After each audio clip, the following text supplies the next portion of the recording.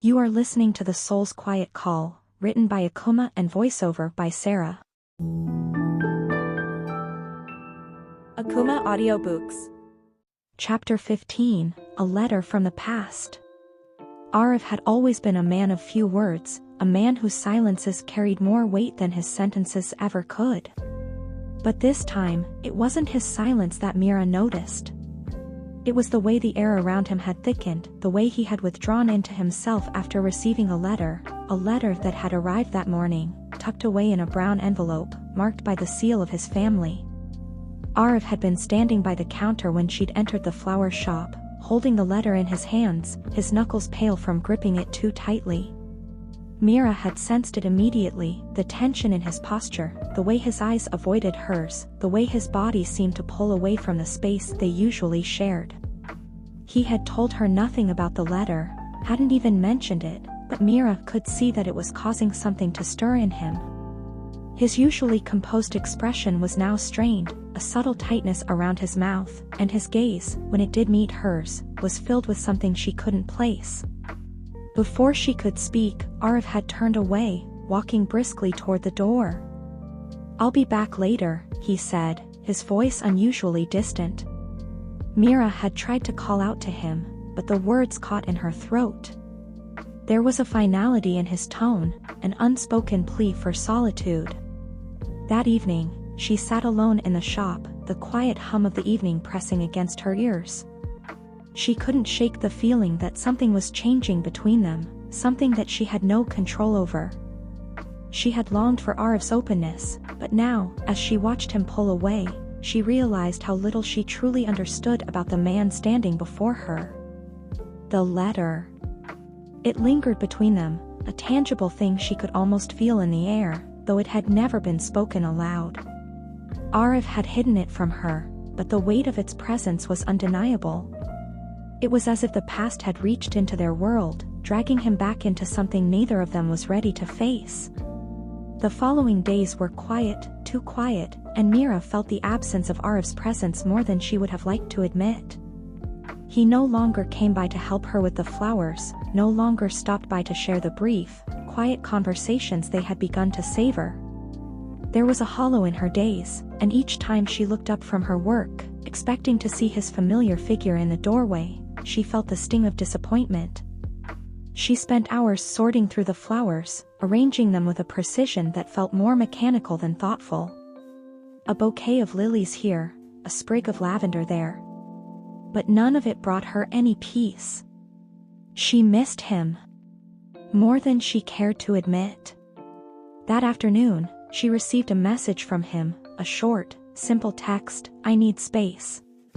The words cut deeper than she expected. She wanted to call him, wanted to beg him to come back, to explain, to talk through whatever storm was raging inside him. But she didn't. She couldn't. She knew, on some deep level, that this wasn't about her. It wasn't even about them, it was about something in his past, something he wasn't ready to share. Meera sat down, her fingers trembling as she looked at her phone. "I need space." The words lingered in her mind, settling in like a dark cloud. Aarav didn't return for 2 days. On the third day, Meera finally found herself standing outside his apartment, staring up at the dark windows, unsure of what to do next. She could feel the tension building in her chest, the desperation, the longing to fix something that wasn't hers to fix. But how could she let him go? How could she stand by while he spiraled deeper into whatever torment his past was unleashing? Her hand hovered over the doorbell, her heart beating faster as she considered all the things she could say. But before she could press it, the door opened. Aarav stood there, his eyes tired, the faintest hint of stubble darkening his jaw. He looked worn, as though he hadn't slept in days. "Meera," he said softly, almost as if he were surprised to see her. "Can we talk?" she asked, her voice tentative. Aarav didn't immediately reply. He stepped aside and gestured for her to come in. "I wasn't expecting you," he said quietly, as if speaking the words to himself more than to her. Meera followed him inside, her eyes scanning the sparse room. It was clear that Aarav had retreated into his solitude, papers scattered on the desk, the half-finished mug of coffee on the counter. "I thought you needed space," she said, trying to keep her tone even, but her emotions had already betrayed her. There was a sharpness in her voice, a vulnerability she couldn't hide. Aarav paused, running a hand through his hair. "I didn't know how to," he stopped, as if trying to find the right words. "I didn't know how to deal with what came up. This letter." He turned and picked up the brown envelope from the table, holding it out to her. Meera took it hesitantly, her fingers brushing against his. She opened it slowly, her eyes scanning the contents. The letter was from his family, his mother, she realized, and it was filled with memories, with reminders of the life he had left behind. "Your family, they want you to come back?" Meera asked, her voice soft, barely above a whisper. Aarav nodded, his gaze distant as he leaned against the counter. "It's not that simple," he said, a pained look crossing his face. "It's never been that simple. I left them years ago, when everything fell apart. And now..." He trailed off, his voice thick with unspoken pain. "They want me back, but I'm not sure if I can go back. Not after everything that happened."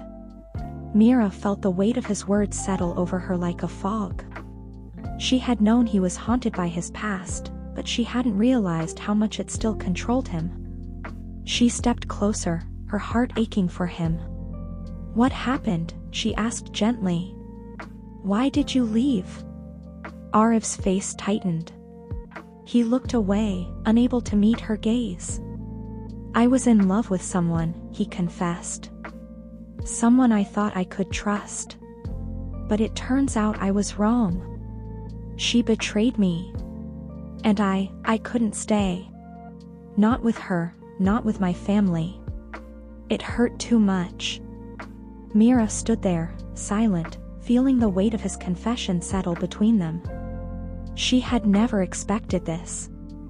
She had never known that the man she had come to care for so deeply had been broken by someone else's betrayal.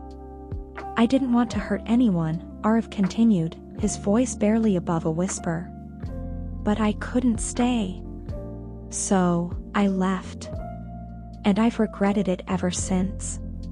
Meera took a deep breath. She had so many questions, but none of them felt right to ask. The pain in his voice, the rawness of his words, was enough to make her pause. She had wanted to reach him, to pull him from the depths of his isolation, but now she saw the truth, she couldn't fix him. He had to fix himself. "I don't know how to help you, Aarav," Meera said softly, her voice thick with emotion. "But I want you to know that I'm here. I can't take away your past, but I can be here now. If you'll let me." Aarav turned to face her, his eyes searching hers. For the first time, there was something in his gaze that wasn't guarded, something raw and vulnerable. "I'm scared, Meera," he admitted. "Scared of letting go of the past, scared of getting hurt again. But I can't keep running. Not from you, not from them." Meera reached out and gently touched his arm, her fingers warm against his skin. "Then don't run," she said, her voice soft but firm. "Not from me.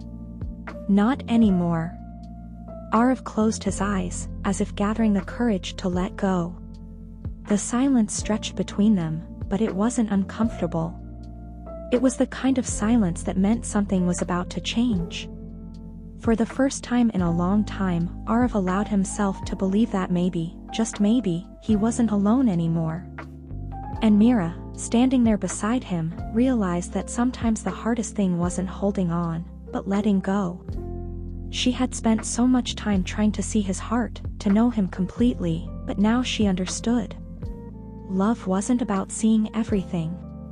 It was about trusting, even in the darkness, and walking forward together. Akumah Audiobooks.